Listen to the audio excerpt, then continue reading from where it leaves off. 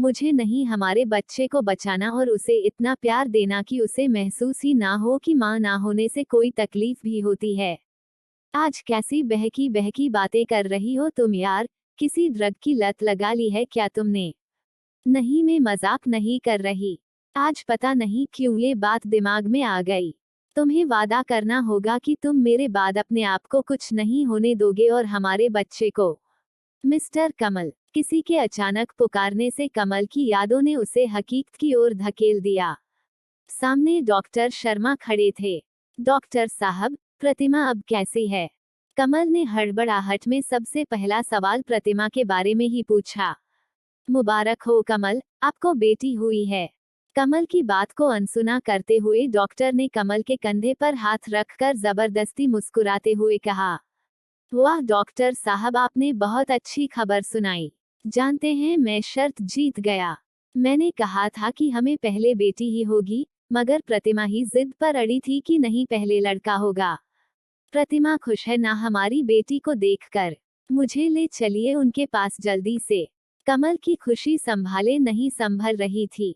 Doctor Sharma ने कमल के कंधे पर रखे हाथ की पकड़ को इस तरह मजबूत किया जैसे वो उसे संभालने के लिए खुद को तैयार कर रहे हों और फिर अपने चेहरे की झूठी मुस्कुराहट को हटाते हुए गंभीर होकर कहा, देखिए कमल, हम सब बस कोशिश कर सकते हैं और हमने वही किया, मगर हमारे हाथ में कुछ नहीं होता। मतलब, आप क्या कह रहे हैं? मुझे समझ नहीं आ रहा। देखिए, मैं अपनी उत्सुकता को और नहीं रोक सकता, मुझे उन दोनों के पास ले चलिए। मुझे प्रतिमा का मुस्कुराता हुआ चेहरा देखना है। कमल आगे की तरफ बढ़ते हुए बोला। डॉक्टर ने पीछे से कहा, कमल, हम लाख कोशिशों के बाद भी प्रतिमा को नहीं बचा पाए।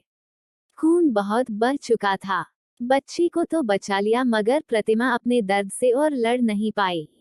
नहीं नहीं नहीं, डॉक्टर, आप ये सही नहीं कर रहे, ऐसे मत बोलिए। उसने आपको कहा है ना मुझे डरा देने को। वो जानती है मैं डर जाऊंगा और मैं डर गया। अब प्लीज मुझे उसके पास ले चलिए।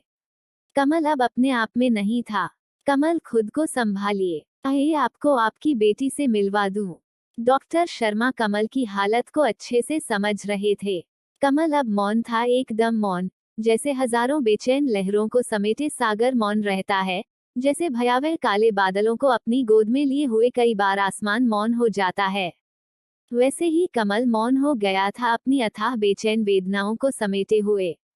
कई बार अचानक लगी चोट आपको समझने का मौका ही नहीं देती कि आप उस चोट की पीड़ा को किस तरह बाहर लाएं। कमल की चोट तो इतनी गहरी थी जिससे उसकी आत्मा तक तड़प उठी थी। जानती हो, ये कहना नहीं चाहिए क्योंकि इस वक्त तुम्हें इतनी तकलीफ सहनी पड़ रही है और फिर इतना ज्यादा दर्द भी सहना पड़ेगा, मगर फिर भी मुझे बहुत खुशी हो रही है। हमारे एक हो जाने के बाद अगर कोई और सपना मैंने देखा है तो वो है हमारे बच्चे का सपना। जितनी खुशी तुम्हें है उससे ज्यादा खुशी मुझे है कमल। एक माँ बनने की खुशी, दूसरा तुम्हारे सपने को पूरा करने की खुशी, और जहाँ एक साथ दो दो खुशियाँ मिले वहाँ दर्द भी सहलाहट सा लगता है जाना। कमल, ये देखिए आपकी प्यारी बिटिया। डॉक्टर की आवाज से कबीर को उसकी यादों ने फिर से हकीकत की जमीन पर ला पटका। मगर इस बार हकीकत पहले से कुछ खूबसूरत थी, और खूबसूरती की वजह थी इस बगीचे में खिली नन्ही सी एक कली। कमल कुछ वक्त के लिए सब कुछ भूलकर अपनी बेटी के मासूम से चेहरे में खो गया। उसे ऐसा लग रहा था कि जैसे उसके चेहरे की ओठ में प्रतिमा ही मुस्कुरा रही है। कमल ने डरते डरते उस नन्ही सी जान को गोद में उठाया। एक पुरुष अपनी जवानी से लेकर बुढ़ापे की हद में कदम रखने तक एक ही चीज पर हमेशा गर्व करता है, और वह है उसका बल।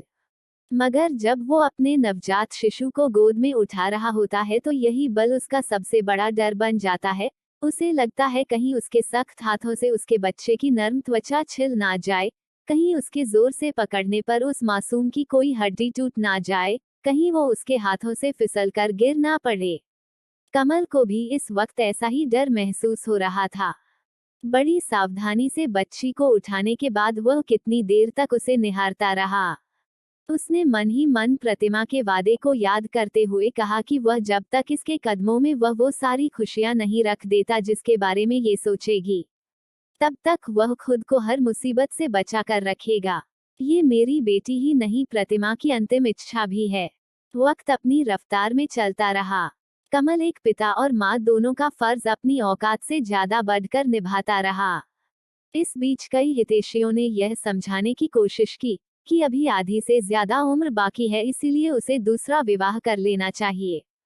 तो इस पर हमेशा कमल यह जवाब देता कि अगर मैंने प्रतिमा की देह से शादी की होती तो शायद दूसरी देह की लालसा में मैं दूसरी शादी कर भी लेता, मगर हमने तो एक दूसरे की आत्मा से शादी की थी और हमारी शादी तब तक मान्य रहेगी जब तक आत्मा अपने अस्तित्व में रहेगी। आज 26 साल बीत गए थे प्रतिमा को गए हुए, मगर कमल अब भी उससे बातें किया करता था। उसे हर रात सोने से पहले बताया करता कि आज उसने और रचना ने क्या क्या किया। उसने हर एक बात प्रतिमा की कल्पना को बताई जो इन 26 सालों के बीच रचना और उसके बीच हुई। उसने जब पहली बार पापा कहा, वो जब पहली बार हंसी, उसने जब अपना पहला कदम उठाया, वो जब पहली बार चलने की कोशिश करते हुए गिरी, वो जब पहले दिन स्कूल गई, उसने जब पहली बार प्रतिमा के बारे में पूछा, उसने जब जब क्लास में टॉप किया, उसके कॉलेज का पहला दिन, उसकी एमबीए कंप्लीट होना, उसका सुमित से प्यार हो जाना और पहली बार डरते डरते उसके बारे में बताना, यह सब उसने प्रतिमा से बताया था। इन सब के बीच वह हमेशा माँ और पिता के रूप में बेहतर रहा, मगर तब वो बहुत बुरी तरह उलझ गया था जब एक दिन रचना स्कूल से रोते रोते घर आई और बार बार पूछने पर भी उसे कुछ नहीं बता पाई थी। और फिर कुछ देर बाद डरते डरते बोली थी कि पापा मैं मरने वाली हूँ, मुझे बीमारी हो गई है, मुझे आज ब्लैंड आया, पापा मुझे बचा लीजिए, मैं आपको छोड़कर नहीं जाना चाहती। रचना की बातों ने उस दिन कमल को उलझन में डाल दिया था कि वो अपनी सभी जिम्मेदारियों को निभाता आया था, मगर अब इस जिम्मेदारी को कैसे निभाए। वो माँ का फर्ज निभा रहा था मगर माँ नहीं था। उसने बड़ी आशा से यह सोचकर प्रतिमा की तस्वीर को देखा कि वही उसे रास्ता दिखाए, और तब उसे लगा कि जैसे प्रतिमा कह रही हो कि डरो मत जाना, तुम में मैं हमेशा रही हूँ, कुछ देर के लिए पुरुष या पिता होने का ख्याल भुला दो, ये सोचो कि तुम नहीं मैं उसे समझा रही हूँ। आज अगर तुमने उसे नहीं समझाया तो शायद हमेशा वो इसे लेकर घबराती रहेगी। कमल में एक अजीब सी हिम्मत आ गई। उस दिन उसने अपने अंदर मातृत्व को महसूस किया और रचना को समझाते हुए कहा, नहीं बच्चा तुम्हें कुछ नहीं हुआ। जानती हो जब भगवान ने दुनिया बनाई ना तो लड़कियों को एक पावर दी जिससे वो हमेशा सुंदर रहें। इसीलिए हर लड़की के साथ ऐसा होता है और इस ब्लड के साथ साथ उनके अंदर के सारे वो कीटाणु निकल जाते हैं जो उन्हें सुंदर होने से रोकते हैं। अब आप बड़ी हो गई हो और मेरा बच्चा तो सबसे सुंदर बनेगा ना, इसलिए उसे इससे घबराने की कोई जरूरत नहीं। बस कुछ बातें हैं जिनका ध्यान देना होता है और कोई प्रॉब्लम नहीं है।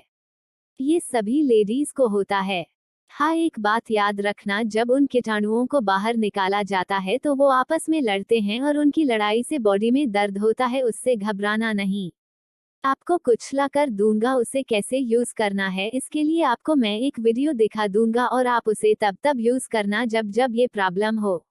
इतना सब बोलने के बाद कमल ने प्रतिमा की तस्वीर की तरफ देखते हुए लंबी सांस ली थी। उस दिन उसे ये एहसास हो रहा था कि एक पिता का माँ बनना आसान नहीं। कल रचना की शादी है। उसे अब सुमित के साथ अपनी नई जिंदगी शुरू करनी है। शाम से ही रचना कमल के पीछे पीछे है। कमल शादी की तैयारियों में व्यस्त होने के बावजूद भी रचना की मायूसी को महसूस कर रहा है, मगर उसे पता है कि यह मायूसी बस कुछ वक्त के लिए है, क्योंकि फिर सुमित उसे इतनी खुशियां देगा कि वो कभी मायूस नहीं होगी। रचना ने जब कमल को सुमित के बारे में डरते हुए बताया तब कमल ने उसके सर पर हाथ फेरते हुए एक ही बात कही थी कि बेटी मैंने तुम्हारी माँ के बाद बस यही चाहा कि मैं माँ और बाप दोनों का प्यार देते हुए तुम्हें हमेशा खुश रखूं। मुझे खुशी है कि तुमने अपना जीवन साथी चुन लिया है, मगर मैं भी तो बाप हूँ और मेरी यही इच्छा कि जिसके हाथ में तुम्हारा हाथ दूं वो तुम्हें मुझसे ज्यादा प्यार दे। मुझे सुमित से मिलना है और अगर मुझे लगा कि वो तुम्हारे लायक है तो फिर मुझे कोई एतराज नहीं। रचना ने मायूस होते हुए कहा, फिर तो कोई चांस नहीं, क्योंकि आपसे ज्यादा प्यार मुझे कोई कर ही नहीं सकता। कमल जोर से हंस पड़ा। उसकी हंसी में संतोष था, यह सोच कि उसने प्रतिमा से किया वादा अच्छे से निभाया। कमल हंसते हुए बोला, मिलवा हो तो सही उससे, मुझसे थोड़ा कम भी प्यार करेगा तो चलेगा। रचना ने कमल को बड़ी जोर से गले लगा लिया था। सुमित से मिलने पर उसकी एक बात ने ही कमल का मन जीत लिया था। जब कमल ने पूछा कि अगर मैं रिश्ते के लिए ना कर दूं तो क्या करोगे, तब सुमित मुस्कुराते हुए बोला था, संतोष कर लूंगा। मैं जानता हूँ रचना को आपने कैसे पाला है और वो आपके लिए क्या मायने रखती है, और मैं ये भी जानता हूँ कि रचना आपसे ज्यादा किसी से प्यार नहीं करती। उसने पहले ही वार्न करके कह दिया है कि अगर पापा ने मना कर दिया तो उसके बाद मुझसे मिलने की कोशिश भी मत करना। और मैंने उसे यही वादा किया है। मेरे लिए वो जितनी मायने रखती है उतना ही आप और आपकी खुशी भी। सुमित की बातों ने कमल का मन जीत लिया था। उसने उसी वक्त उसे गले लगा कर कहा, शुक्रिया मुझे मेरी जिम्मेदारियों से मुक्त करने के लिए। उसे इतना प्यार देना कि वह मुझे भूल जाए। सुमित ने जवाब दिया था कि आप बन जाना बहुत मुश्किल है, मगर कोशिश करता रहूंगा। शाम से ही खुद को रोके रोके रात होते होते रचना आखिर कमल के कंधे पर टूटकर बिखर ही गई। अपनी अब तक की जिंदगी में रचना जितना नहीं रोई होगी उतना वो आज कमल के कंधे पर सर रखे रखे रोई। कबीर बस उसका सर सहलाता रहा और उसे वह सब समझाता रहा जो उसे उचित लगा। रोते रोते रचना कमल की गोद में सर रख कर सो गई। कमल आज से पहले जब भी प्रतिमा की तस्वीर देखता था तो उसके चेहरे पर यह चिंता होती कि वो जिस तरह अपने कर्तव्यों का निर्वाह कर रहा है वह सही है या नहीं, मगर आज उसके चेहरे पर संतोष था। रचना की शादी हो गई। उस दिन वो बहुत रोई और उसके जाने के बाद कमल उससे भी ज्यादा रोया। आज उसने प्रतिमा के बाद अपनी सबसे अनमोल संपत्ति को सुमित के हाथों में सौंप दिया था।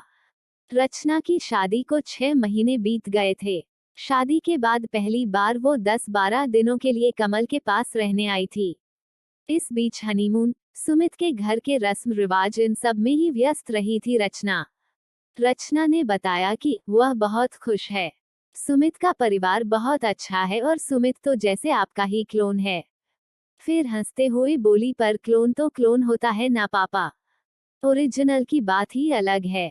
कमल मुस्कुरा दिया। कल रचना को चले जाना था। कमल से बहुत सी बातें करने के बाद रचना सोने चली गई। इधर कमल बहुत खुश था। वो प्रतिमा की तस्वीर को मुस्कुराते हुए देख रहा था। उसने मन ही मन प्रतिमा से कहा, देखो आज मैं अपने वादे से आजाद हो गया। मैंने हमारी बेटी के चेहरे की खुशी में महसूस किया कि मैंने अपना फर्ज अच्छे से निभाया है। तुम्हारे बिना एक पल काटना संभव नहीं था, मगर तुम्हारे वादे की वजह से बहुत लंबा सफर काटना पड़ा है तुम्हारे बिना। सोचते सोचते कमल की आंखों का वह बांध टूट गया जो उसने 26 सालों से बांध रखा था। कमल ने महसूस किया कि प्रतिमा तस्वीर से निकलकर मुस्कुराती हुई उसके सामने खड़ी है और उसके आंसू पोंछ रही है। कमल खड़ा हुआ और प्रतिमा की परछाई को गले लगा लिया। पापा पापा उठिए पापा, पापा नहीं आप नहीं जा सकते पापा। मैं इतनी बड़ी नहीं हुई कि आपके बिना रह सकूं। पापा कल रात ही तो हमने कितनी बातें की थीं, कितना कुछ प्लान किया था। रचना कमल के मृत शरीर से लिपटी हुई फूट फूट कर रो रही थी। सुमित उसे चुप कराने की कोशिश कर रहा था। रात का सूना घर सुबह अफसोस जताने वालों की भीड़ से भर गया था। सुबह जब रचना के बार बार दरवाजा खटखटाने पर भी कमल ने दरवाजा नहीं खोला तो रचना ने घबराकर सुमित को फोन किया और सुमित के आने पर जब दरवाजा तोड़ा गया तो वहां कमल का मृत शरीर मिला। मृत होने के बाद भी कमल का चेहरा संतोष से भरा हुआ था। संस्कार के वक्त जब कमल की देह पंचतत्व में विलीन हो रही थी तब एक कोने में वो प्रतिमा के साथ खड़ा था। दोनों मुस्कुरा रहे थे। वर्षों बाद फिर से मिलने की खुशी दोनों के चेहरे पर झलक रही थी। उधर सूर्य अस्त हो रहा था और इधर इन दोनों की आत्माओं के मिलन की सुबह ने बड़ी शिद्दत से अंगड़ाई ली थी। प्रेम सच्चा होना चाहिए, मिलन हो ही जाता है, फिर चाहे इस जहान में या फिर उस जहान में। दोस्तों, यह कहानी यहीं पर खत्म होती है। अगर आपको यह कहानी पसंद आई हो तो इस कहानी को अपने दोस्तों के साथ